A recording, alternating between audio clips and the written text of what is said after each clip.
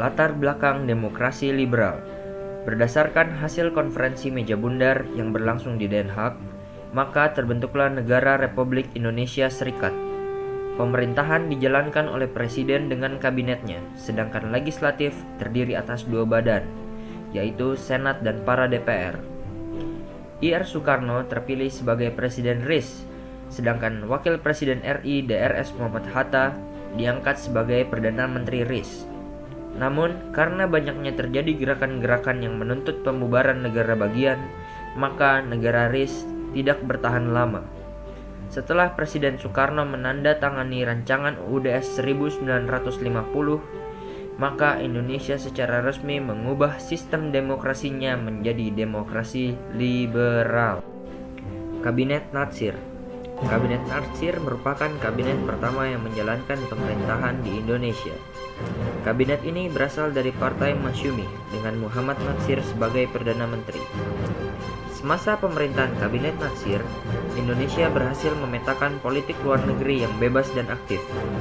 Selain itu, Indonesia juga berhasil masuk menjadi salah satu anggota Perserikatan Bangsa-Bangsa. Penyebab kemunduran kabinet ini dari kursi pemerintahan adalah kegagalannya penyelesaian masalah Irian Barat dengan Belanda. Juga munculnya banyak mosi akan peraturan pemerintah mengenai DPRD dan DPRDS yang terlalu menguntungkan Partai Masyumi.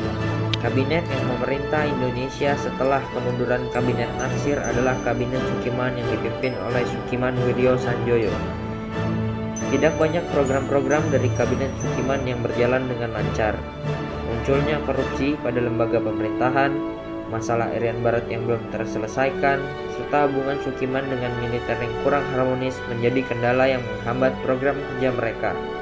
Penandatanganan Mutual Security Act dengan pemerintah Amerika Serikat yang berarti juga memihaknya Indonesia kepada blok barat merupakan suatu pelanggaran terhadap politik negara Indonesia yang bebas dan aktif, sehingga rakyat menarik dukungannya pada Kabinet Sukiman. Jadi, ia terpaksa mundur dari jabatannya. Kabinet yang menggantikan Kabinet Sukiman selanjutnya adalah Kabinet Wilopo yang dipimpin oleh Mr. Wilopo. Salah satu program penting yang direncanakan Kabinet Wilopo adalah persiapan pelaksanaan pemilihan umum.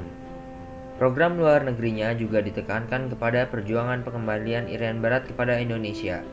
Namun, Kabinet Wilopo juga tidak luput dari masalah-masalah yang menggoyahkan kedudukannya.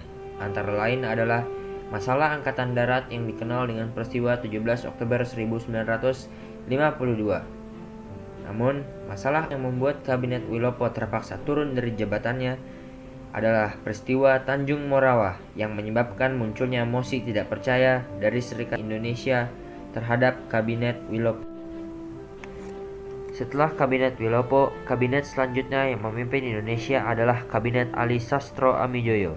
Kabinet ini memiliki program untuk melanjutkan persiapan penyelenggaraan pemilu, juga persiapan kerangka panitia pelaksanaan pemilihan umum.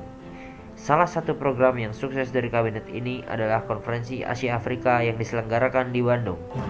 Namun sayangnya kabinet ini terpaksa menyerahkan mandatnya kembali sebelum pemilu 1955 dapat terlaksana, dikarenakan berlanjutnya konflik pada Angkatan Darat di mana A.H. Nasution mengundurkan diri dari KSAD dan digantikan oleh Bambang Sugeng, sehingga rakyat menarik dukungannya kepada Kabinet Ali Sastro Amijoyo.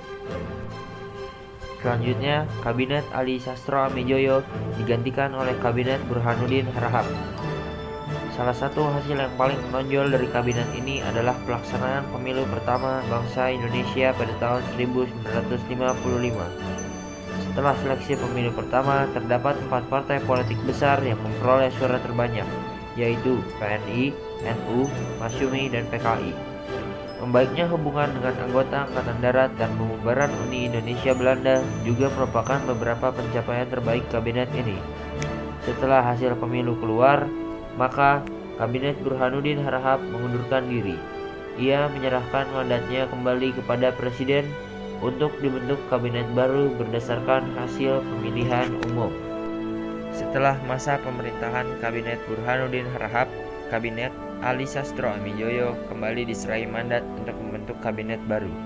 Kabinet baru ini merupakan hasil koalisi 3 partai, yaitu PNI, Masyumi, dan NU.